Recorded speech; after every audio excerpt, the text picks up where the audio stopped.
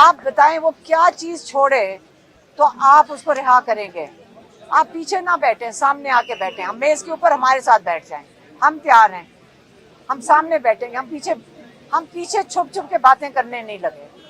लेकिन आप हमारे साथ बात करना चाहते हैं, यकीन करें, आप बताएं, गिव एंड टेक करना चाहते हैं, हमें बता दें इमरान क्या गिव करे और आपको क्या चाहिए। इंशाल्लाह हम आपको यकीन से कहते हैं, जो ईमानदारी से जो चीज़ होगी हम आपके साथ बातचीत करेंगे, लेकिन आप सामने आके बात करें, हम पीठ के पीछे नहीं करेंगे। इंशाल्लाह 5 तारीख को इन लोगों की मेहनत है।